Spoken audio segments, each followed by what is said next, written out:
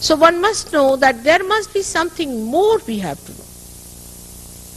I would put it this way, that in the West, whatever knowledge we have had about science or about other things is like the knowledge of the tree which is outside. Now whatever Dr. Warren has told you is the knowledge of the roots. Now supposing if the East has learnt this knowledge from you, has tried to understand this knowledge of science, of course which is not very fruitful also, but doesn't matter. They have tried to learn this knowledge of science. Why not we try to learn the knowledge of the roots? The roots of the tree of life. Why should we not try to find out what are the roots which are to be nourished, which were neglected, and that's why we have problems. These are the roots within us which are being described. And when these roots are understood, then only we will see that something more has to happen, that we have to feel those roots. We don't feel them on our central nervous system. We have no sensitivity at all within us. For example, now supposing a person is getting mad, he is not conscious of it, that he is getting mad. Or if he develops some disease, he doesn't become conscious of it till he gets some pain. But actually these centers are the subtle energy centers which gave energy to the plexuses and look after us very well.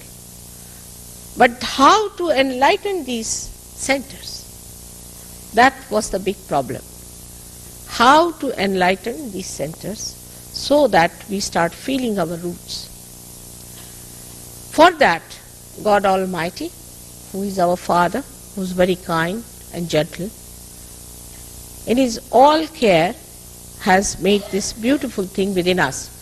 And all of them are like the milestones of our evolution. These centers are to be enlightened.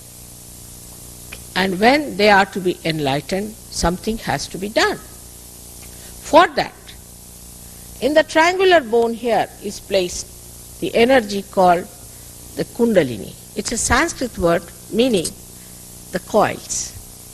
It is in 3.5 coils for a particular mathematical reason. A mathematician can understand 3.5 is very important coefficient. 3.5 coils, it is placed there.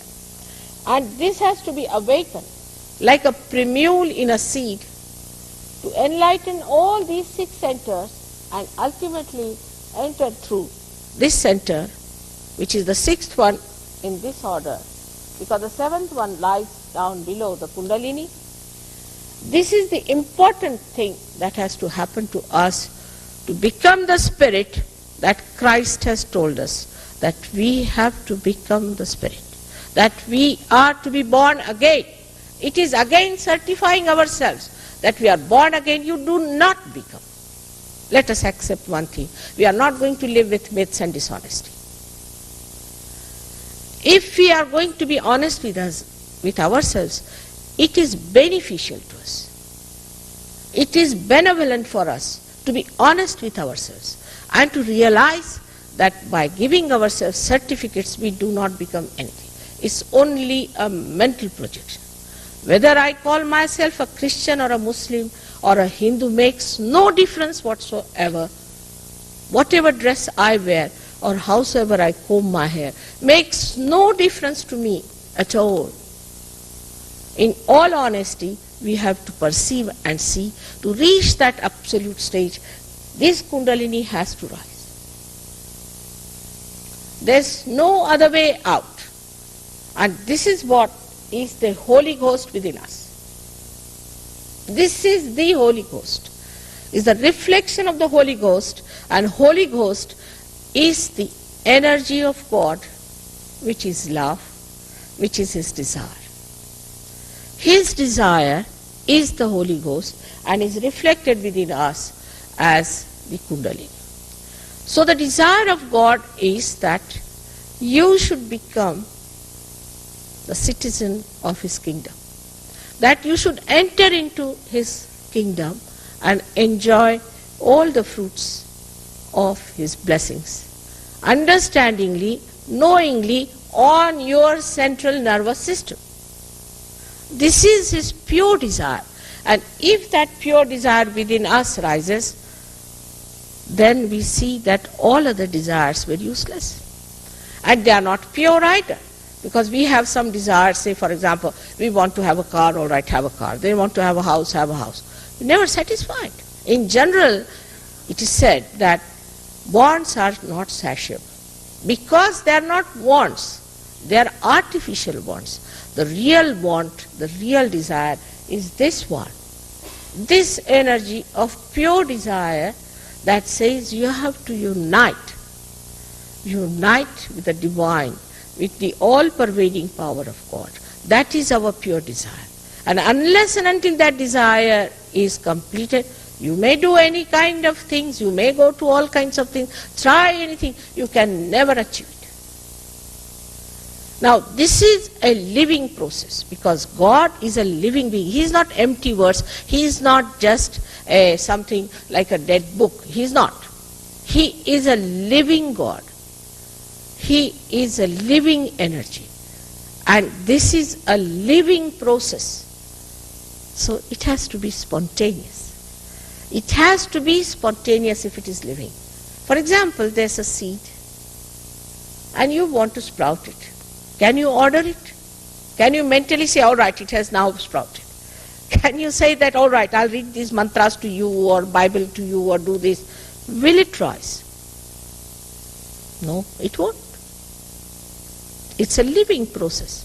You have to place it in the Mother Earth. Spontaneously it will rise. You don't have to say anything. You don't have to imagine anything. It will rise. And that's what it is, that this Kundalini has to be awakened. In the same manner, in the living process. Now, many people are surprised that I don't charge any money. How can you charge money for love, first of all? And this love, which is so spontaneous, I don't do anything, I'm just standing before you. I'm doing nothing at all. But if that love is, say, flowing all over, and if you get this awakening because of my presence, I'm doing nothing, it's your own. Whatever is your own, this Kundalini is your own, your desire is your own, and if you achieve your realization, it's your own. What is there to charge for? To be honest, I don't do anything. There's no obligation at all. It's just a catalyst. Then you become the catalyst, then the third person becomes the catalyst. Everybody can become the catalyst, but one has to be honest and truthful.